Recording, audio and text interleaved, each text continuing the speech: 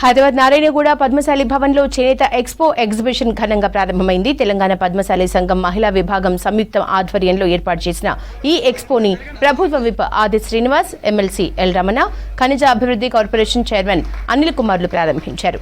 ప్రాచీనమైన చేనేతను కాపాడుకోవాల్సిన బాధ్యత అన్ని వర్గాలపై ఉందన్నారు నిర్వాహకులు. ప్రతి ఒక్కరూ చేనేత వస్త్రాల్ని కొని ధరించాలన్నారు ప్రభుత్వ విప్ ఆది శ్రీనివాస్. 3 రోజుల పాటు నిర్వహించే ఈ ఎక్స్పోలో చేనేత కళాకారులు నేసిన వివిధ రకాల వస్త్రాలు అందుబాటులో ఉంచామని తెలిపారు నిర్వాహకులు.